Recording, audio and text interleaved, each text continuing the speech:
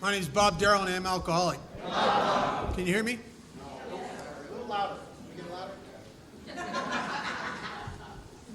Can you hear me now? A little more. Can you hear me now? Yeah. All right, good. I don't know if that's good. Some of you might wish you wouldn't have heard me. I'm Bob Darrell, I'm an alcoholic. Only through the grace of a God that I was afraid to believe in, that I've accessed and tried to maintain in my life through a process outlined in a book called Alcoholics Anonymous, the ability to remain reasonably sponsorable and a persistent and consistent effort in the primary purpose, helping other drunks. I haven't had a drink or any mind or emotion-altering medication since October 31st, 1978. And that is the great miracle of my life, and unfortunately something that I take for granted sometimes. Shame on me. It really is big doings. For people like me, guys like me, to be free is amazing. I am delighted to be here. There's a lot of people here I know. I'm delighted to be here with my friend Mari, who's one of the bright lights in Alcoholics Anonymous and has a peculiarly disturbed sense of humor, which I appreciate immensely. I want to thank all the members of the committee that put this thing on. I know putting these things on in AA is a big deal. It's a lot of work, and I'm grateful. I want to thank Mike for bringing us over here. Got us here just about late, but he's a Delta pilot. What do you expect, for God's sakes? I'm just glad he wasn't a Malaysian air pilot. They'd be looking for us next year.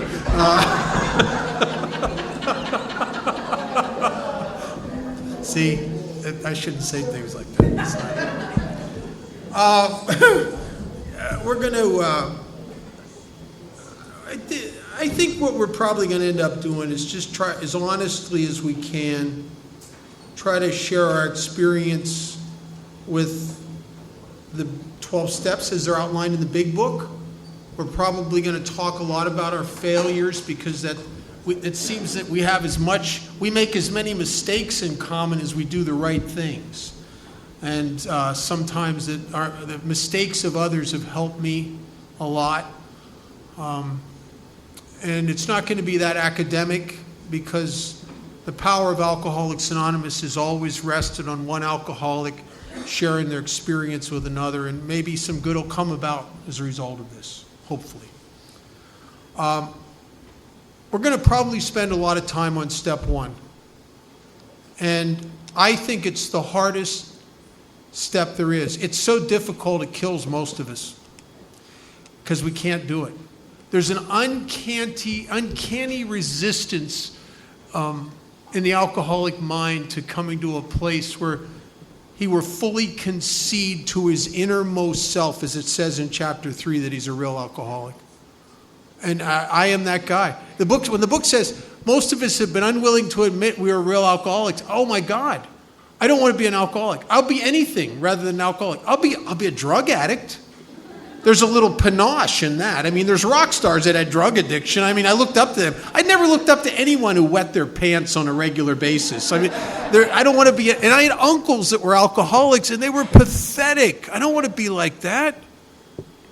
I'll be a mental health case, because if you're a mental health case, you get pills. I kind of like that. That's not a bad approach for a guy like me. But I don't want to be an alcoholic. And people who argue with the truth get sick. And the more I didn't want to be an alcoholic, it seemed like the more alcoholic I became, in the progressive nature of the disease. And to be honest with you, even after years of treatment centers, and I was a chronic relapser for over a half dozen years, even when I got to a point when I was intellectually bludgeoned and beaten to a point where I was admitting I was an alcoholic, I don't think I knew what I was saying. I don't even know what that meant. I think what inside of me, I don't know what I'm admitting. I think I'm really saying is I'm in trouble. I need help. I've screwed up again.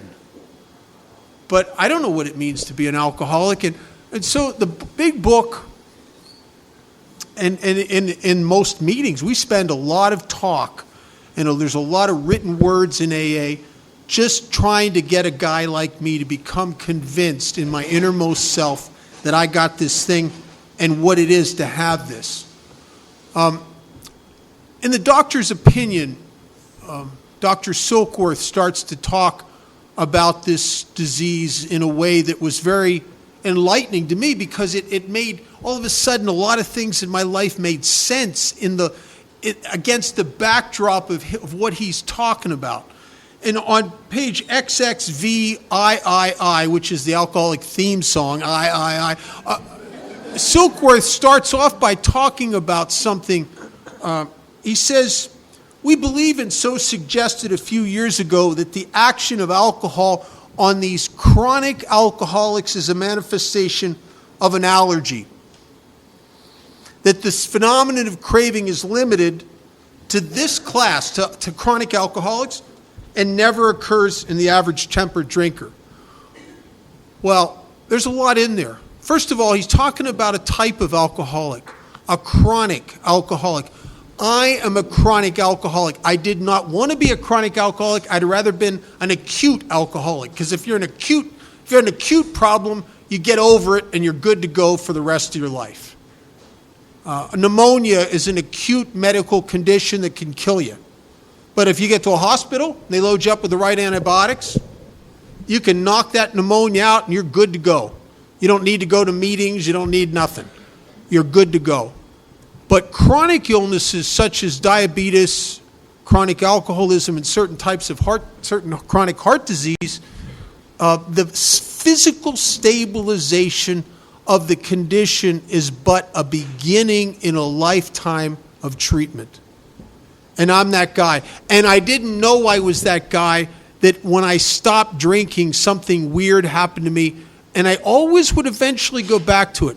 I'm just curious. Can I just see a show of hands of the people in this room, in addition, that were the chronic child molesters? Oh, they're Jerry. They're right. That's chronic. Now, the people in this room, whoever was at a place in your drinking where you got it and you swore to yourself you were never going to touch this stuff again, and then drank after that. Anybody? What's wrong with you people? Well, I'm that person also, and it was baffling to me. And he says that the action of alcohol on chronic alcoholics is an allergy. And I remember listening to members of AA talk about this allergic reaction to alcohol, this phenomenon of craving. And I swear to God, I'd sit there, and I've been driven by that for years, and I can't see it. I don't see that I have a phenomenon of craving when I drink. I get in trouble. I see that I'm in trouble. I see that I had a DUI. I see that I've lost jobs because they want you to return Friday afternoon after they give you the paycheck Friday morning, which is not fair. I understand that kind of stuff, but I don't see a craving. And the odd thing about a craving is you don't realize you have it until you can't satisfy it. And everyone in this room, right this second, including myself, is in the grip of a craving I'm not aware of because I'm satisfying it. And that's the craving to breathe air. But if someone were to slip a plastic bag over my head and I cannot satisfy it, I would instantly realize I have a craving to breathe air. And that's the way alcoholism is that I couldn't see the allergic reaction, the cause and effect. I couldn't see any of it for a couple reasons. And one of them was that I avoided intuitively situations where I could only have 2 or 3 and then can't get any more the rest of that day. I don't do that because I think I'm an alcoholic. To me, it's just like, what's the point? Right? And so if you always position yourself to satisfy the thing that starts once you start, you never see what happens to you once you've started and can't finish it. And so it was very hard for me. And I was sitting in a meeting of Alcoholics Anonymous in probably the early mid 70s. And I listened to a woman share her experience at a dinner party, and I found a little piece of me. And I have learned more about me listening to you talk about you than I ever learned about me looking at me, even in some psychiatrist's office. I couldn't see me, but I found me in you. And this woman was talking about this thing that happened to her. She went to a dinner party, and all of a sudden I remembered this incident that had happened when I was about 18 years old. And when I was 18 years old, I was dating a girl, and I guess she thought it was serious, and she invited me over to meet her parents.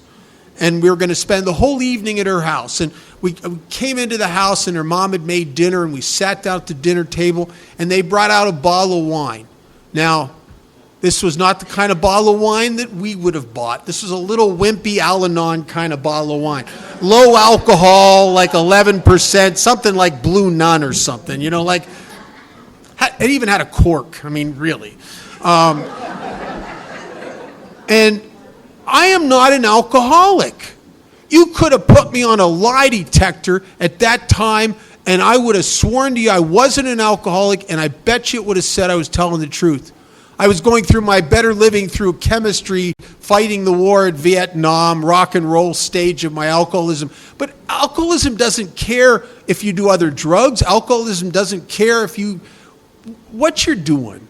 If you got, and I don't believe I had it, but it didn't matter. So here they come out with this little bottle of wine. They pour us all a glass. Set the bottle there. I drink quickly. I think evaporation's a childhood issue with me or something. I don't know what that's about. I drink quick. To this day, I have a tendency to drink quick. And because I drank quickly, I've finished my glass of wine, had another glass poured, and killed it, and they're still sipping on the first glass of wine that they had, and the bottle's dead. And I'm sitting there, I don't know nothing about alcoholism, but I got 2 glasses of wine in me, and I'm sitting there, and the conversation at the dinner table that had been okay earlier was now starting to become a little bit irritating and tedious. And all this mundane talk, and I'm sitting there, and I'm antsy, and I'm getting a little squirrely. I finally said to him, I said, you know, that was really, really good wine. Do you have any more? And they said no. And they went back to talking about Vietnam and sports and movies and crap. And I'm sitting there, and I'm thinking I'm going to lose my mind. Do you know how you talk to yourself? Oh, it's getting a little crazy in here. And I'm getting this insane spinning in my head. And I finally blurted out. I said, you know, I like beer. And they said, well, we don't have any beer, Bob, and we'll get you, when you come over again, we'll get a 6-pack of beer. And they went back to talking, and I feel like I'm going to lose my mind. And I finally excused myself. I went to their bathroom. I locked the door, and like a crazy person, I went through their cabinets. I found a bottle of cough medicine that was 35% alcohol with codeine and turpentine hydrate, which is a bonus, and sat on the edge of that bathtub and chugged that bottle of cough medicine, and that spinning in my head just went, ah. And all of a sudden I could think straight and I could relax, and I came up with a story. I went back out to the dinner table. I explained to them that about something I'd forgotten about. I was so sorry to have to leave. And I went and I got in my car and I drove down their street like 25, 30 miles an hour like you're supposed to, turned the corner, and then I drove like an absolute insane person to get to my friend Brett's house, because Brett had a bar in his basement and some Thai stick, because that set something off in me that is only set off in people with the disease of alcoholism. Those other people didn't have alcoholism. If they'd have been alcoholic, we'd have all been either in the bathroom, going through the cabinets, or running over to Brett's house. I mean, but it doesn't do that to non-alcoholics. Any Al-Anons in this room? I knew it. I could feel it.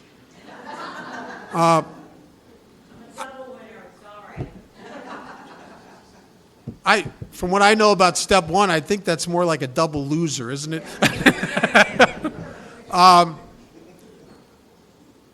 Not her, but Al-Anons that don't have alcoholism often look at the alcoholics drinking aghast.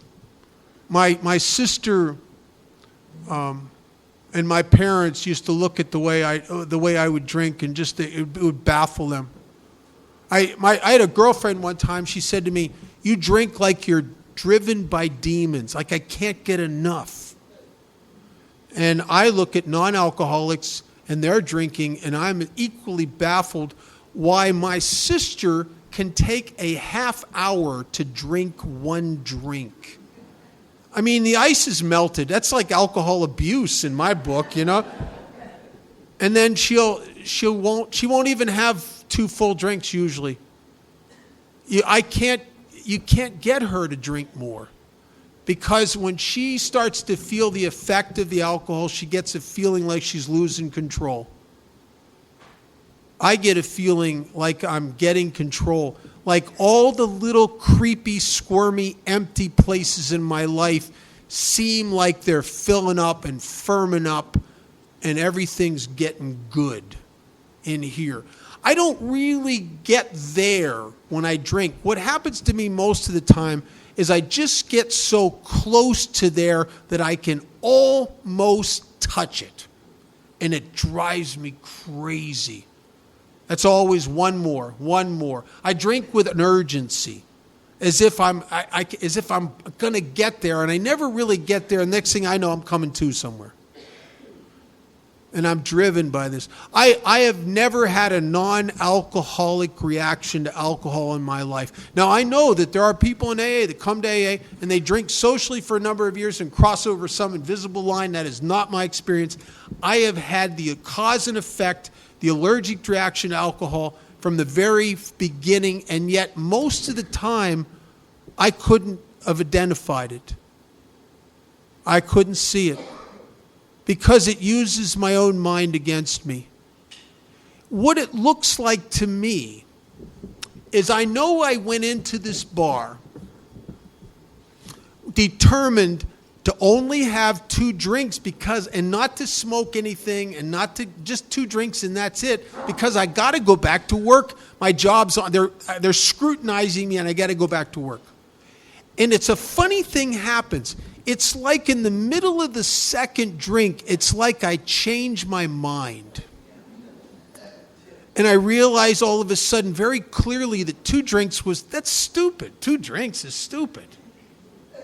3 drinks would be better. And then in the middle of the third drink, 3 drinks is stupid. 4.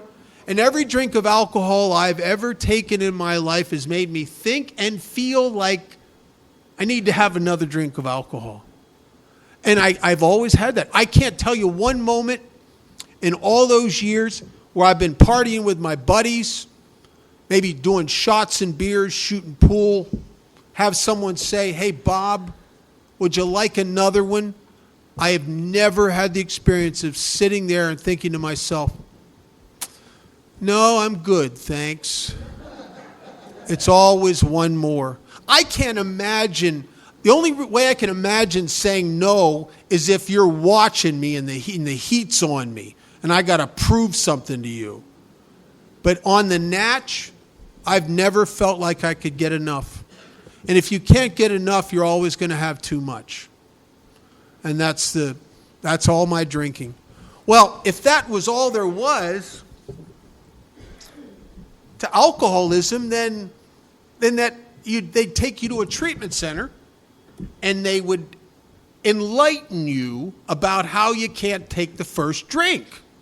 They'd wake you up to that. They'd show you from your own experience the cause and effect of the phenomenon of craving, and you'd get it. And you'd go, "Oh, I get it.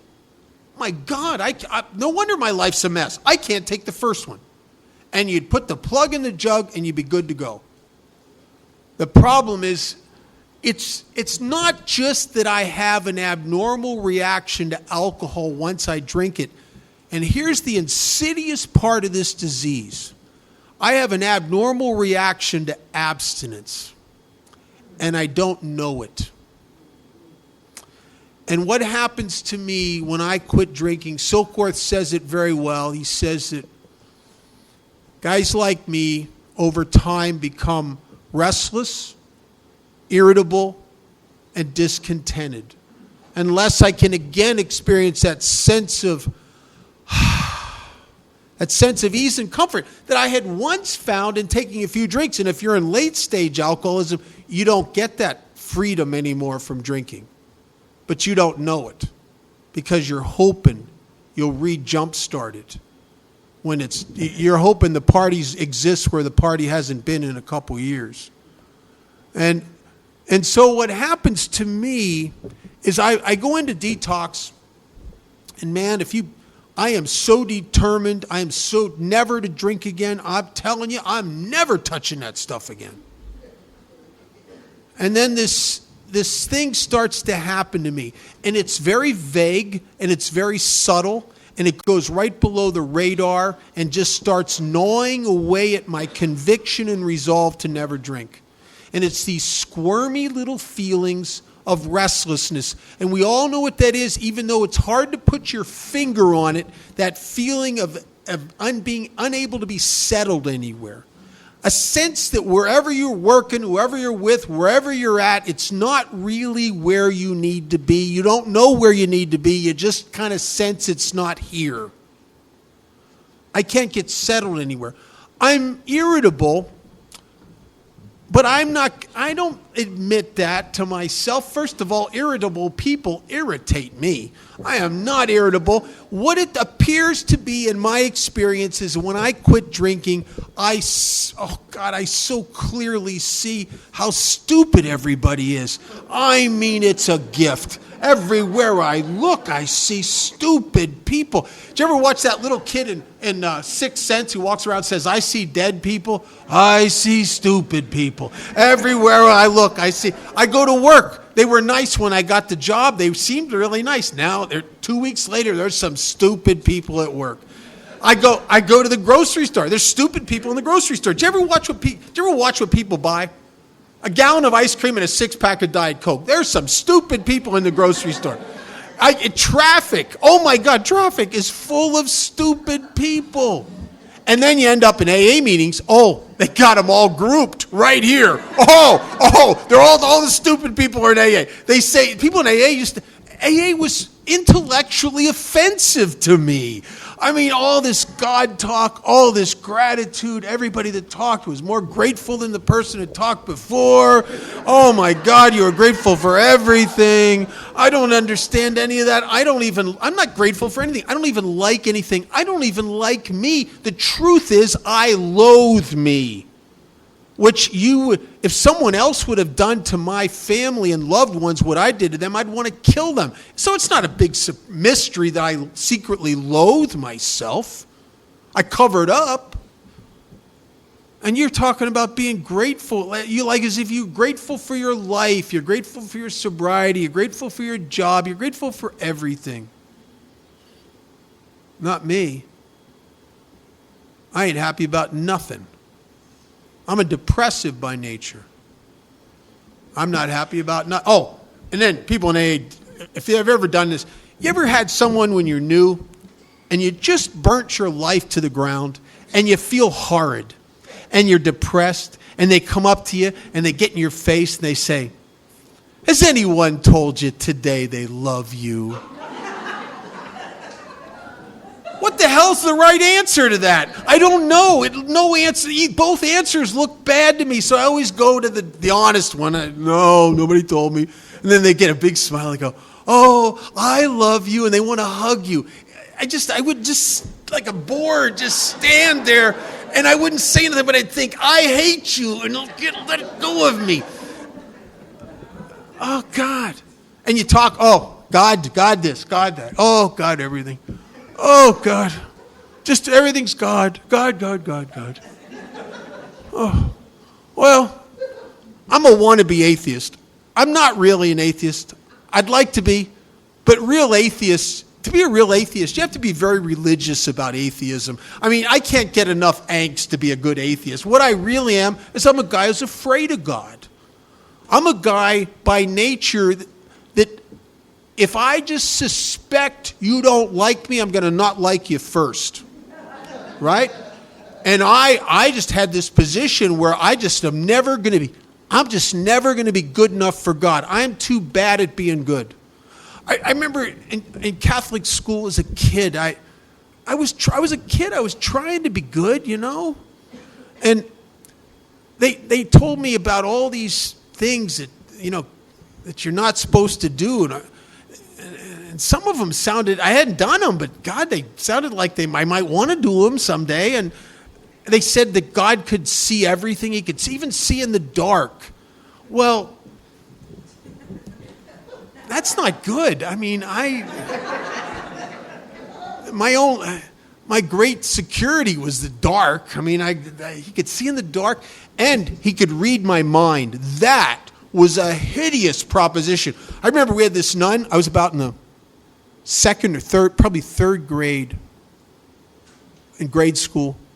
And we had this young nun, and she was kind of young, and I think she might have been pretty if she didn't have all that hardware on, but she kind of was a young, nice nun, and she used to say this over and over again. I swear she'd be saying it to me. She said, you have to be pure of thought, word, and deed. And I'd sit there and I'd go, yes, sister. And then my mind would start imagining her naked. And I can't stop. I don't think, because that sin's not even in the books. I'm telling you. And I ain't going into church and getting that little box with that priest and tell him that. He'll come popping out of that box at me. I am not going to tell the priest that I've been thinking about the nuns naked. I am not going to go there because no one else thinks that. You can tell. Do you ever look around class? They're just all happy.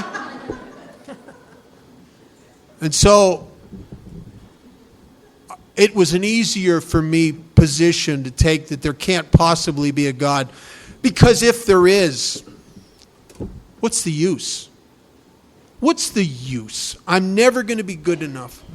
And you see, I didn't hear, as a kid, I didn't hear about a God of love. Most of the other kids did. But I came with an alcoholic mind. And that's a problem. My mind is like a problem-seeking missile. It only hears things that are potentially problematic that I may have to defend myself with. And I'll tell you, that's kind of that way to this day. I don't walk into a room full of strangers that I don't know and just instantly see the good in them.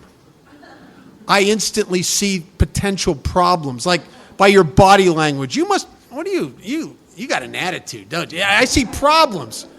Because I manufacture problems.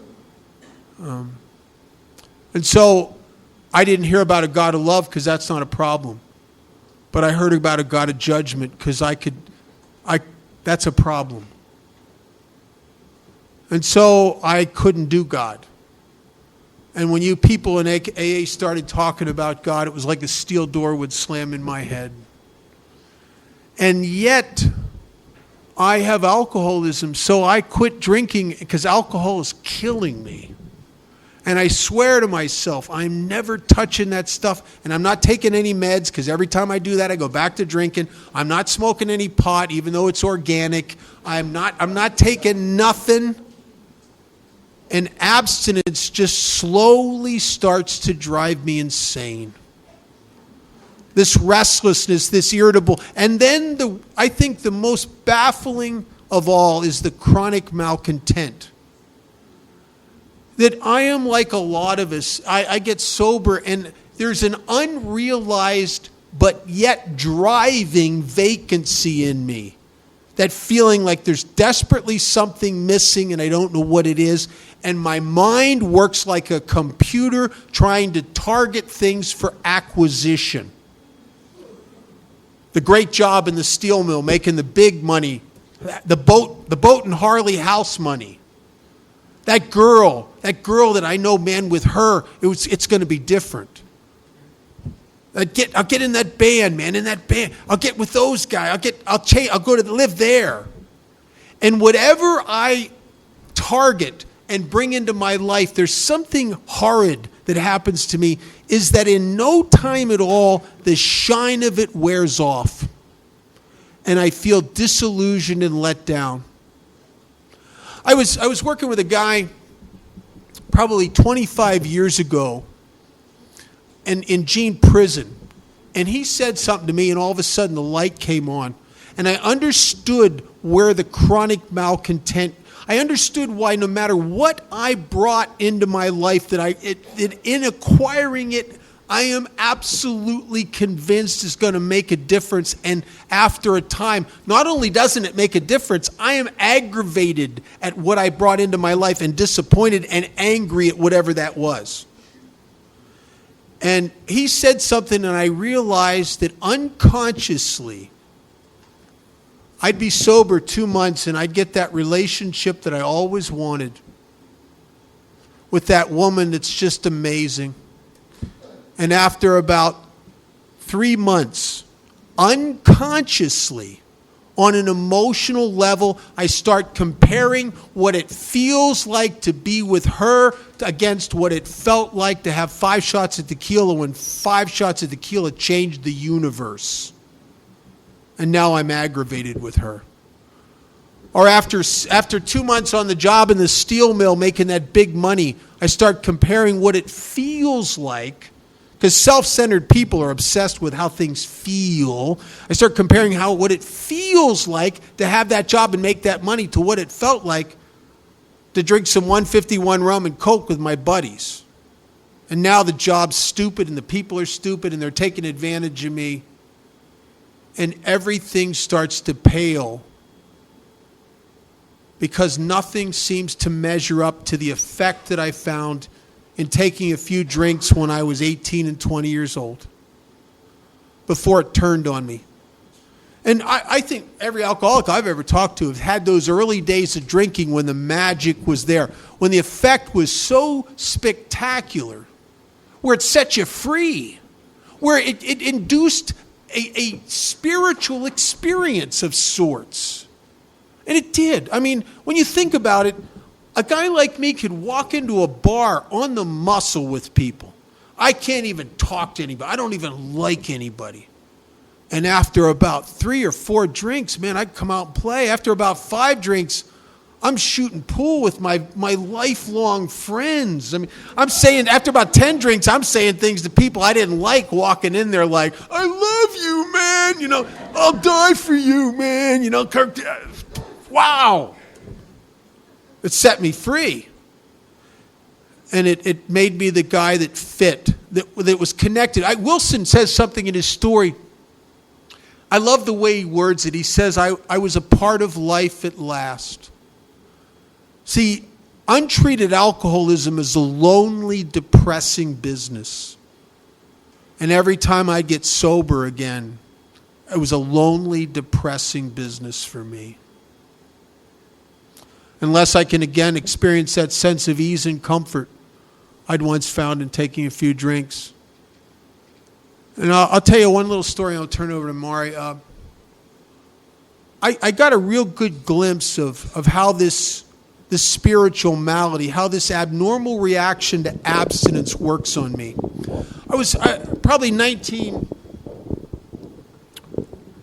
early 1980s, I suppose. I was watching a movie, and it was one of those war movies about the Cold War. And the communists had captured this CIA agent. And he's like a James Bond kind of guy, tough guy. And evidently he had some secrets about some weaponry and aircraft, and the communists were hell-bent to get those secrets out of him. They're going to torture him until, if it kills him, they're going to get those secrets. So they got him strapped to a chair. They've cut off his fingertips. They've hit him with fire hose. They beat him with whips and all kinds of stuff. They even brought in an electric generator that had these wires that sparked, and they put those wires up to the guy's private parts and turned the electric on, and the guy would wither in pain for hours and hours and hours, and he still didn't tell him nothing. That is a tough guy. I'm the guy you just show the wires to. You know what I'm saying? I cave. You show me those wires, I'm caving. But this guy, and they couldn't break him. Torture-resistant CIA guy. And finally they bring in this little Chinese doctor, and he comes up in front of the guy, and he stands there in front of him and just looks at him for a minute, and then he bows and he says, "My name's Dr. Chang. You will tell me everything." And this macho spy laughs in the doctor's face and says, Doc, I ain't telling you nothing. There's nothing you can do to me to break me. I ain't telling you nothing. What are you going to do? And he says, oh, I give you Chinese water torture. And he says, water torture? You already hit me with fire hoses, for God's sakes. You're not going to get me. Hit me with a fire hose. I don't care. I'm not telling you. He says, oh, no fire hose. One drop. One drop? Doc, I ain't going to tell you nothing over a drop of water, for God's sakes. He says, you tell me everything. And they bring this apparatus in, and they put it above his head where he's strapped to the chair, and they just start. And he laughs. Ha, Doc, it's a drop of water, for God's sakes. I ain't going to tell you nothing.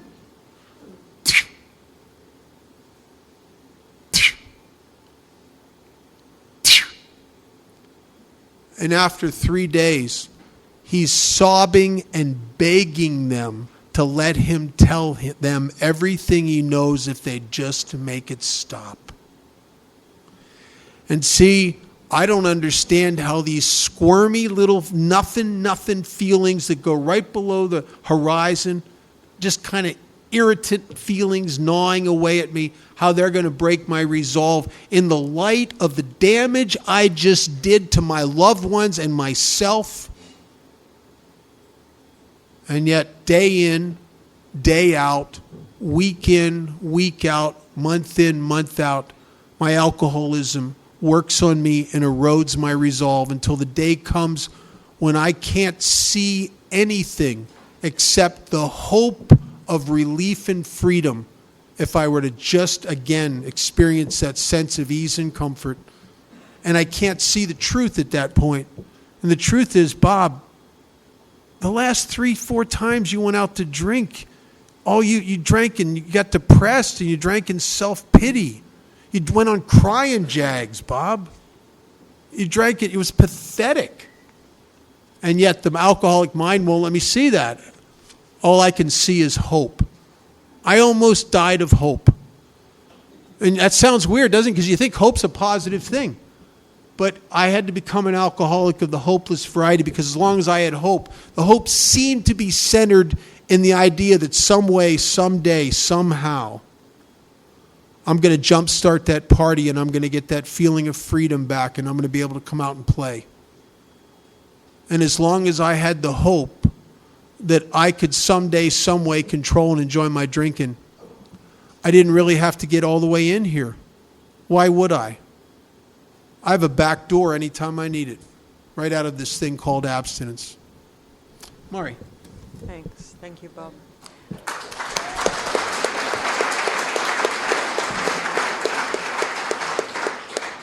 My name is Mary, and I'm an alcoholic. And my dry date is the 10th of August, 1984. And my group is the Shepherd Group in Toronto. And I'm delighted to be here with Bob. And I'd like to thank Jerry and the committee for having me here. And I'd like to thank Mike the Aviator for picking me up at the airport. Thank you so much. And for all that driving you did, bringing us back in the meal. Thank you. And I see lots of friends here, and I'm just delighted. I'm so happy I love doing big book weekends, but I'm so happy this is not a structured big book weekend. When I first came into Alcoholics Anonymous, I'd been in just a few years, and I started these big book studies, big book formats, and all these things started coming out. And because I was always told that anything I did had to be AA approved, then I went looking for an AA-approved big book format. And there wasn't one. And I called New York to complain. And they said to me that I could read books, the August-September edition of box 459, 1977, where apparently at the time AA members had been wanting a big book format and a 12 and 12 format. And what happened was the consensus from the trustees was it was not necessary because 12 and 12 and the big book are open to interpretation. So that was very interesting to me because it is. I personally don't, I know big book formats, they help people, but I think that everybody has a different understanding. You know, it's open to your own interpretation. So all I can give you here is how it was for me. I'll tell you a little bit about my story and about step one rather in a minute, but you know, I was absolutely fascinated by this book when I came in, because I had been everywhere there was to go with alcohol. I'd lived on the street, I'd lost my children, I'd been 4 years in and out the mental institutions. It seemed like I was hopeless. I was told I was hopeless, and I felt hopeless. And I came in and I started reading this book. And the first thing that came to me was when it does not satisfy us to be told that we could not control our drinking just because we were maladjusted to life, that we were in full flight from reality, or were outright mental defectives. I thought, oh my God, people are always telling me that. You know? They're always telling me to get any reality that I'm an outright mental defective. And then when I went on a bit more and read about the moral psychology, you know, when Dr. Silkworth says in the big book in Excerpt V11, we doctors have realized for a long time that some form of moral psychology was of urgent importance to alcoholics, but its application presented difficulties beyond our conception. And I thought, that applies to me because I was not moral. I was not moral before I took a drink. My mother was president of the Union Catholic Mothers, and my father was a Franciscan monk who left the monastery. I was brought up in a very moral household, but I wasn't born moral. The first thing I stole was an apple when I was 6. And at 7, when I made my first Holy Communion, I stole somebody's veil. Because mine blew out the window. Like I was born with this criminal mindset. That if it's yours, I want it, and you can live without it. Thank you very much. You know Johnny, don't you? So this chapter was so important to me. And then when it says men and women drink essentially because they like the sense of ease and comfort that they get from alcohol.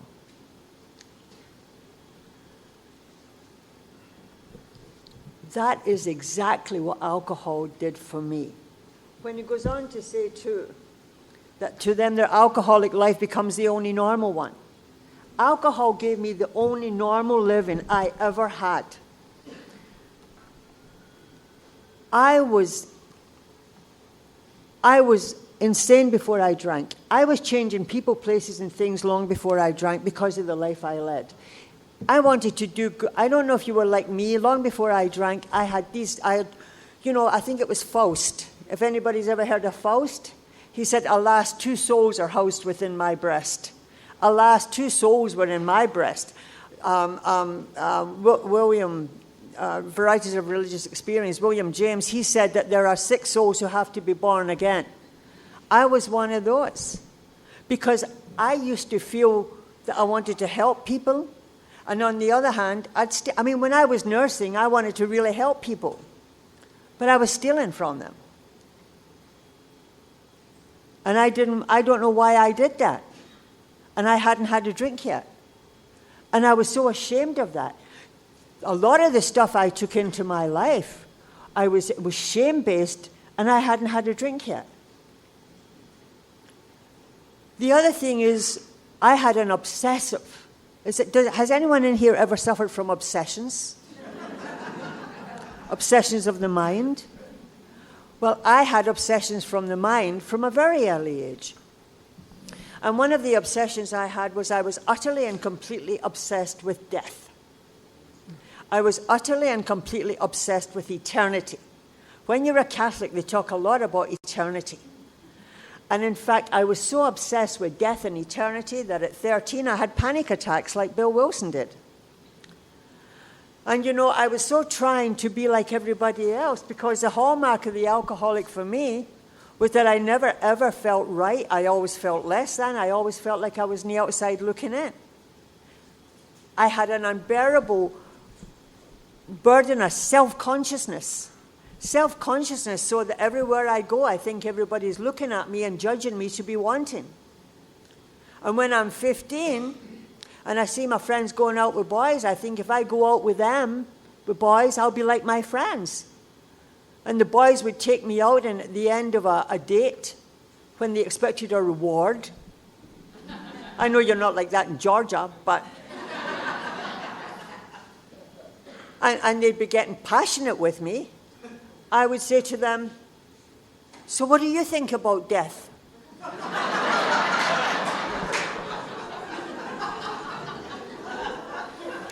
And I knew that was immediate deflation at great depth, right? So what came to me is, and I'll just go in a little bit about this, about the book. What came into me for this is, well, how did this book actually get written? In the fall of 1937, Bob and Dr. Bob and Bill were sitting down, and Bill said to Bob, if we have no more growth in 3 years, in the next 3 years than we've had in the last, that will take us 10 years to get this thing out of Akron. Because there was only about 40 members then. And so they were thinking about ways, and they decided on a book. And then they needed to get financing for the book. And then, if you know the story, what they did eventually was they would sell, they started Works Publishing, and they would sell certificates for $25.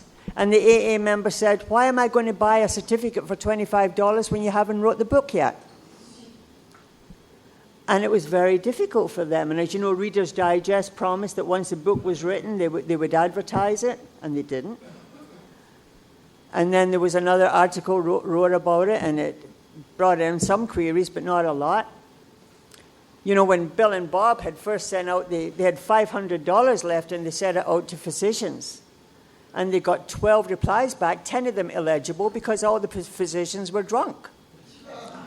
They replied. I think it's some kind of American. Eventually, it was the Jack Alexander article, where they got, I don't know, it must have been 800 or way more than that. And in a few short years, they had I don't know, what would you say, 30,000 members, 10,000 members? In a very short time after that, Jack Alexander, 5 years afterwards. It was in the thousands that they had. And then it just grew and grew and grew. And then who else was contained in the movement? Who came? I was at Roland Hazard's graveyard last year. And Roland Hazard is the man who went to see Carl Gustav Jung and eventually came back and joined the Oxford group. And it was an amazing thing to be standing at his graveyard and thinking, this is the man who actually brought back the message that without a spiritual experience, we cannot get well. And we have such a history and how the message got from Ebby, from Roland Hazard, and then Ebby brought it. I mean, this is just a pass it on, and it's all contained in this book here. Everything that was assimilated together was put in here. And I am so grateful that we have this, because without this, I wouldn't have known what to do. When I was drinking, my first drink was in Kingston, Jamaica. I was 25 years old, and I got married because I thought if I get married, I'll be like everybody else. Because for 25 years, I had been walking the world feeling like I was an outright mental defective. And what happened is, I'd just given birth to a baby, and somebody said, she's not looking well, she's not doing well, give her a drink. And Jamaica has 151 proof rum. And for the first time in my life, my skin fit. And it was that simple. Alcohol gave me the ability to live life on a daily basis. because without it, I could not cope. And my alcohol took me down the road very, very quickly, because very, very quickly I had developed a phenomena of craving. And very, very quickly I got into a lot of trouble.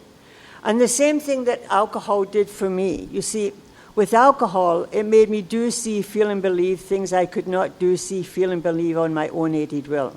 And when I drank, my whole world was different. It gave me a different worldview. And so eventually I will come to Alcoholics Anonymous, and through working the 12 steps, I will begin to do, see, feel, and believe things I could not do, see, feel, and believe my own unaided will. But what is it? What is it that happens to me when I drink alcohol? I don't drink because I like the effect. I drink because of the affectation. I don't drink because it makes me feel high. I was born on high alert. I was a very nervous person. I drink because all of a sudden it took me from someone who was terrified of the world, who thought they were going insane, and suddenly I have a few drinks and the world is livable to me one more time. I can cope. And alcohol is my coping mechanism. And when something is, and it says in here too, the idea that someday, somehow we will enjoy and control our drinking is the great obsession of every abnormal drinker. The persistence of this illusion is astonishing. Some of us pursue it into the gates of insanity and death. And I was to pursue the idea that someday, somehow I will enjoy and control my liquor. Why? Because liquor makes life bearable to me. When I don't drink, life is not bearable. I don't go mad when I'm drinking. I go mad when I'm not drinking. I don't get admitted to the psychiatric unit when I'm drinking. I get admitted to the psychiatric unit when I've been trying to come off alcohol. And life becomes unbearable. So I am one of those that he talks about in the doc's opinion. It says there are those two who have these emotional mental disorders. That very much is me. Now, we're not all like that, but I certainly was. And alcohol eventually, for me, it took me to a very dark place. And it also created a terrible life for my children, for my son. My son who was watching it as a little boy. My husband. I mean, I've been married 4 times, and all of my husbands have been nervous wrecks. You know, because I'm not a fun girl. Because when I drink, if you've loved me, then I want to kill you. And I don't know what that is. You know, I don't know what that is. My whole pattern in life was I fall in love, and then because I have no consistency, I don't know how to behave. I'll fall in love, and all of a sudden, after a couple of months, I can hear him breathing 2 doors down. And I'm like, did he always breathe like that?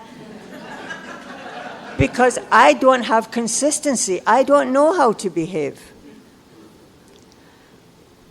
So everything that alcohol had done for me, when it enabled me for 4 short years in Jamaica to live this life of ease and comfort, to give me this personality change that I had,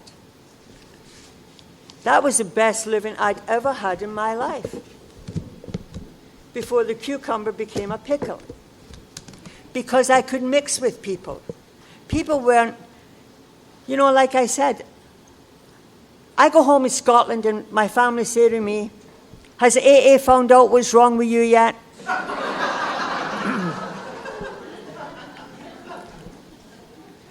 Because there was always something wrong with me that alcohol fixed. What is that? How come I'm addicted to a non-addictive substance? Alcohol is something that I will see others drink with impunity. You take people in a room and you give them heroin for a month. At the end of the month, you'll have 100 heroin addicts. You take 100 alcoholics and put them in a room, and at the end of the month, you'll have maybe, 9-10%, if that. So why is it that everybody doesn't become alcoholic? What is it? It has to be more than alcohol. Alcohol is the panacea. It is a solution.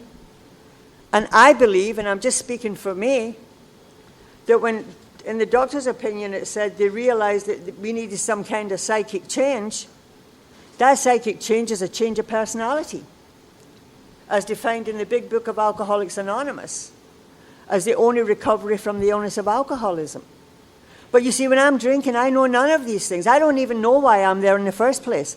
I don't know why I'm sitting in the mental institution. I don't know why I'm on the street.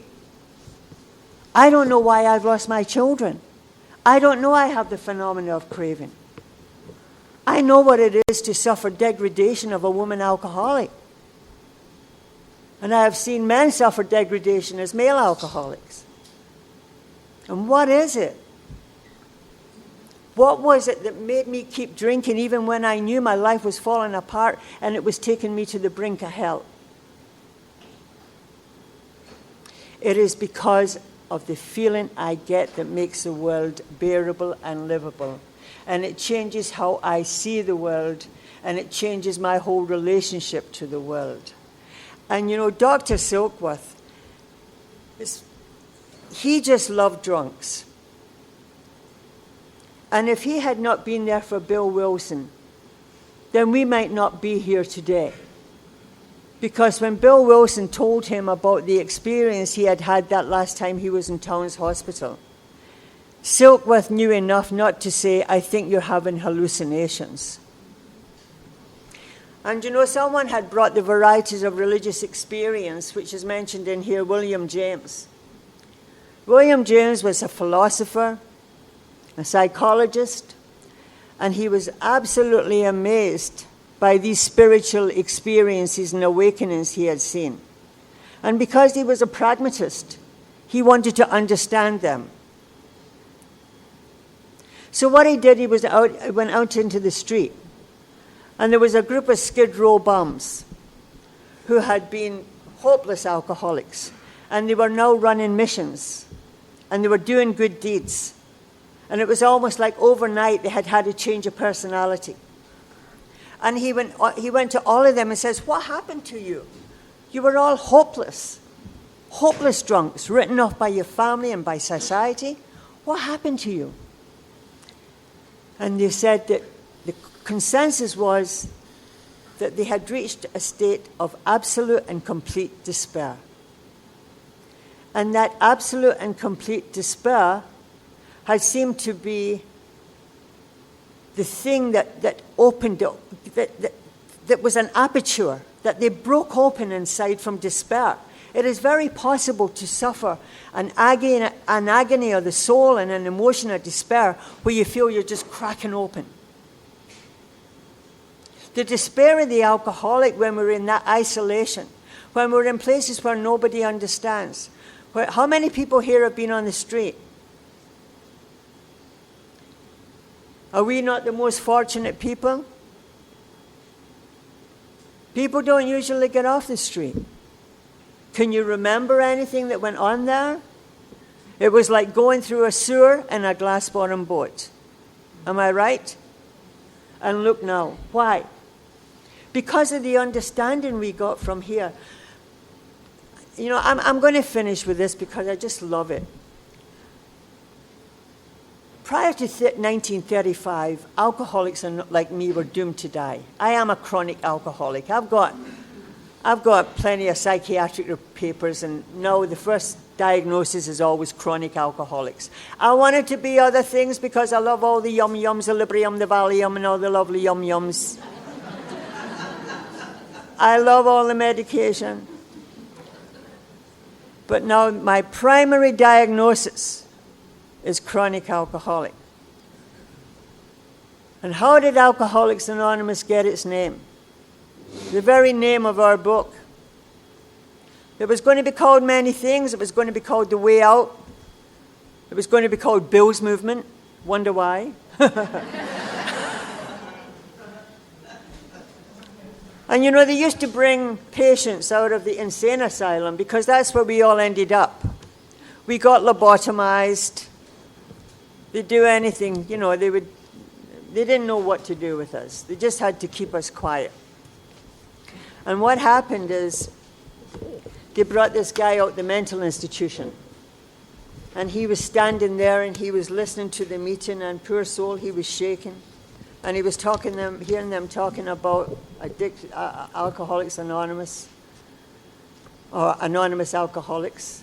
And he said, Anonymous Alcoholics. He put it all together, Anonymous Alcoholics. And the story is that that's where we got our name from. We got it from an insane asylum, a patient who had been let out for a little bit. We're here because we're not all there. So I'm delighted to be here. Thank you.